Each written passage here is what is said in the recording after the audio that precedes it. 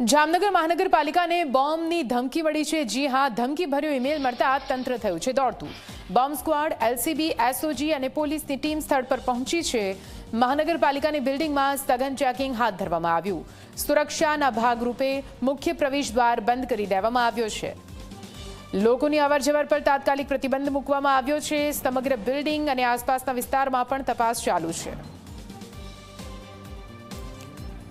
તો આપ જુઓ, મહાનગરપાલિકાની બિલ્ડિંગમાં બોમ્બથી ઉડાવી દેવાની ધમકી મળતાની સાથે અફરાતફરી જોવા મળી। સુરક્ષાના ભાગરૂપે પ્રવેશદ્વાર બંધ કરી દેવામાં આવ્યો છે અને તમામ લોકોને બહાર કાઢી દેવામાં આવ્યા। ચેકિંગ તપાસ કરવામાં આવી રહી છે। કોઈ શંકાસ્પદ વસ્તુ અત્યાર સુધી મળી નથી। જો કે ફરી એકવાર બોમ્બની ધમકી મળતા અહીં પોલીસ પણ એક્શનમાં આવી ગઈ છે। ધમકીભર્યો ઈમેલ મળ્યો હતો અને તે બાદ તપાસની કામગીરી હાથ ધરવામાં આવી।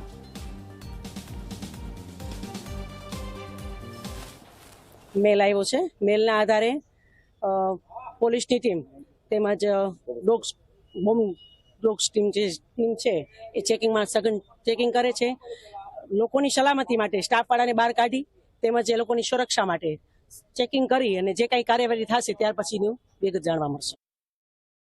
આજે સવારે કોર્પોરેશનની અંદર એક મેલ આવેલો, જેની અંદર કોર્પોરેશનના પાર્કિંગ અને બિલ્ડિંગમાં કોઈ જગ્યાએ બોમ્બ મૂકવામાં આવેલો છે એવા એની અંદર માહિતી હતી અને એ માહિતીને આધારે અમે લોકોએ તાત્કાલિક સુરક્ષાના પગલાં લેવા માટે થઈ પોલીસની ટીમને બોમ્બ સ્ક્વોડ, ડોગ સ્ક્વોડ વગેરેની જાણ કરી અને તાત્કાલિક બિલ્ડિંગ ખાલી કરાવી સ્ટાફ અને જે કંઈ જાહેર જનતા આવી ચૂકી હતી, અરજદારો આવી ચૂક્યા હતા એ બધાને બિલ્ડિંગમાંથી સલામત સ્થળે ખસેડી અને અત્યારે હાલમાં બિલ્ડિંગની અંદર એ સુરક્ષા ચેકિંગ ચાલુ છે। જામનગર મહાનગરપાલિકામાં બોમ્બ હોવાનો ઈમેલ મળતા હાલ વહીવટી તંત્ર સાબદું બન્યું છે। અમારી પાસે દ્રશ્યોમાં જોશો, મહાનગરપાલિકાનું આખું સંકુલ ખાલી કરી દેવામાં આવ્યું છે। આજે સવારે જે રીતે ઈમેલના માધ્યમથી અહીં મહાનગરપાલિકા સંકુલમાં બોમ્બ હોવાની જાણ થતાની સાથે જે છે અધિકારીઓ, પદાધિકારીઓ તમામ જે છે બહાર આવી ચૂક્યા છે અને આખો સ્ટાફ જે છે મહાનગરપાલિકાનો તેને પણ બિલ્ડિંગની બહાર કાઢી દેવામાં આવ્યા છે। બોમ્બ સ્ક્વોડ, ડોગ સ્ક્વોડ અને પોલીસનો કાફલો તમામ જે છે અહીં આવી પહોંચ્યો છે અને આપ દ્રશ્યોમાં જોઈ શકો છો ફાયરની ટીમ પણ સ્ટેન્ડ બાય રાખવામાં આવી છે। તમામ ટીમોના માધ્યમથી અત્યારે જે છે મહાનગરપાલિકાના સંકુલ, પાર્કિંગ અને આસપાસના વિસ્તારો તેમજ બિલ્ડિંગની કચેરીના અલગ અલગ વિભાગોમાં જે છે સઘન ચેકિંગ બોમ્બ સ્ક્વોડની મદદથી કરવામાં આવી રહ્યું છે।